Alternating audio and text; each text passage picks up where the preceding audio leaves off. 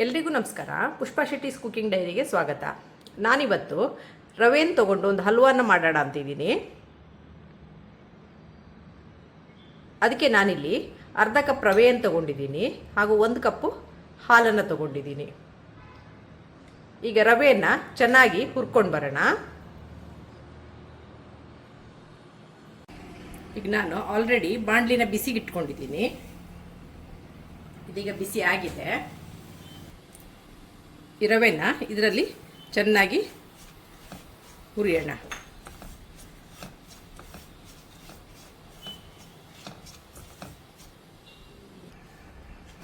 Low ಫ್ಲೇಮಲ್ಲಿ ರವೆದು colour change ಆಗೋ ತನಕ ಚೆನ್ನಾಗಿ ರೋಸ್ಟ್ ಮಾಡ್ಕೊಳ್ಳಿ.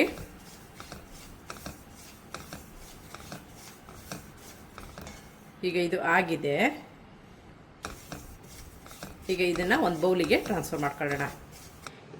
ಈಗ ಈ ರವೆನ ಚೆನ್ನಾಗಿ ಹುರ್ಕೊಂಡು ಬಂದಿದ್ದೀನಿ.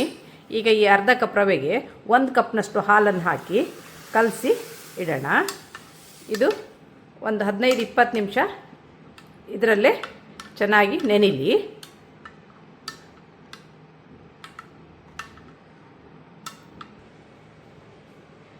ಈ ಹಲ್ವಾ ಮಾಡಲಿಕ್ಕೆ ನಾನು ಇನ್ನೂ ಕೆಲವೊಂದು ಸಾಮಗ್ರಿಗಳನ್ನು ತೊಗೊಂಡಿದ್ದೀನಿ.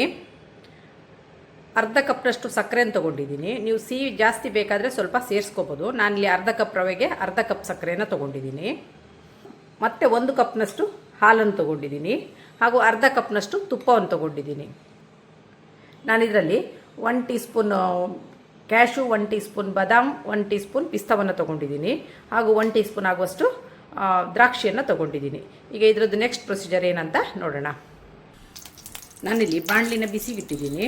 ಅದಕ್ಕೆ 1 ಟೇಬಲ್ ಸ್ಪೂನ್ ತುಪ್ಪವನ್ನು ಹಾಕಿದ್ದೀನಿ. ಈಗ ಡ್ರೈ ನಟ್ಸ್ ಏನು ತೊಗೊಂಡಿದ್ದೀವಲ್ಲ ಅದನ್ನೆಲ್ಲ ಚೆನ್ನಾಗಿ ಹುರ್ಕೊಳ್ಳೋಣ. ಕ್ಯಾಶು, ಬಾದಾಮ್, ಪಿಸ್ತಾವನ್ನು ಹಾಕಿ ಹುರಿತಾ ಇದ್ದೀನಿ.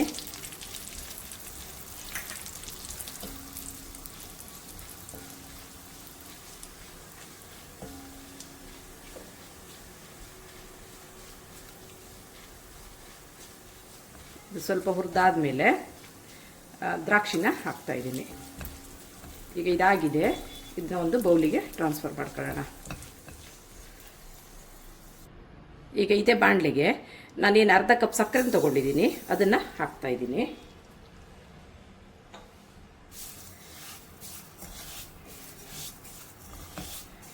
ಸಕ್ಕರೆನ ಚೆನ್ನಾಗಿ ಕರಗಿಸ್ಕೊಳ್ಳೋಣ. ಫ್ಲೇಮನ್ನು ಲೋವಲ್ಲಿ ಇಟ್ಕೊಳ್ಳಿ.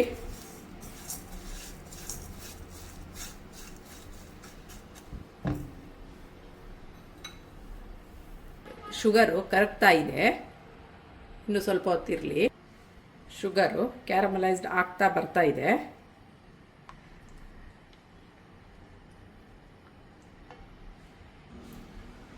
ಈಗ ಶುಗರು ಕ್ಯಾರಮಲೈಸ್ಡ್ ಆಗಿದೆ. ಈಗ ಈ ಹಂತದಲ್ಲಿ ನಾವು ಅರ್ಧ ಕಪ್ಪು ತುಪ್ಪವನ್ನು ಇದಕ್ಕೆ ಹಾಕೋಣ.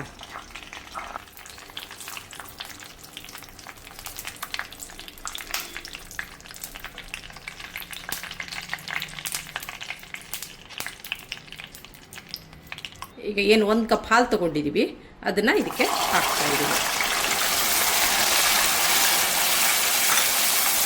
ಈ ಥರ ಆಗುತ್ತೆ, ಏನು ಪರವಾಗಿಲ್ಲ, ಏನಾಗಲ್ಲ. ಚೆನ್ನಾಗಿ ಕರಗಿದ ಮೇಲೆ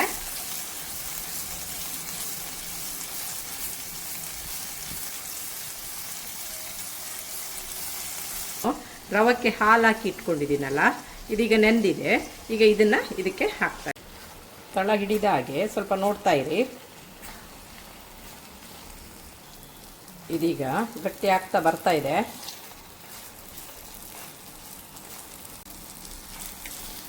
ಇದು ಆಗ್ತಾ ಬರ್ತಾ ಇದೆ. ಸೈಡಲ್ಲಿ ತುಪ್ಪ ಬಿಡ್ತಾ ಬರ್ತಾ ಇದೆ.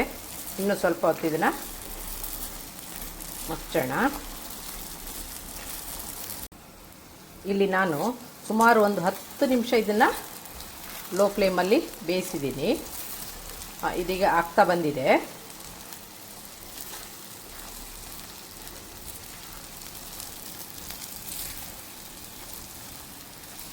ಈ ಹಂತದಲ್ಲಿ ಹುರಿದಿಟ್ಕೊಂಡಂಥ ನಟ್ಸನ್ನು ಹಾಕೋಣ. ವೀಕ್ಷಕರೇ, ಕ್ಯಾರಮಲೈಸ್ಡ್ ರವಾದಿಂದ ಮಾಡಿದ ಹಲ್ವಾ ಸವಿಯಲು ಸಿದ್ಧವಾಗಿದೆ. ಇದು ಮಾಡೋದು ತುಂಬಾ ಸುಲಭ. ಟೆಕ್ಸ್ಚರ್ ಎಲ್ಲ ತುಂಬಾ ಚೆನ್ನಾಗಿ ಬಂದಿದೆ. ಕ್ಯಾರಮಲೈಸ್ಡ್ ರವಾದಿಂದ ಮಾಡಿದ ಹಲ್ವಾ ಸವಿಯಲು ಸಿದ್ಧವಾಗಿದೆ. ಇದು ತುಂಬಾ ಚೆನ್ನಾಗಾಗುತ್ತೆ.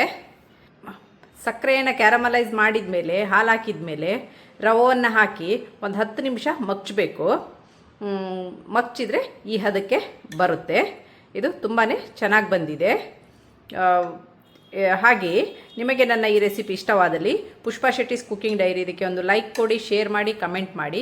ಸಬ್ಸ್ಕ್ರೈಬ್ ಆಗಿಲ್ಲ ಅಂದರೆ ಸಬ್ಸ್ಕ್ರೈಬ್ ಆಗಿ ಹಾಗೂ ನಿಮ್ಮ ಫ್ರೆಂಡ್ಸ್ಗಳ ಜೊತೆನೂ ಹಂಚಿಕೊಳ್ಳಿ. Thanks for watching.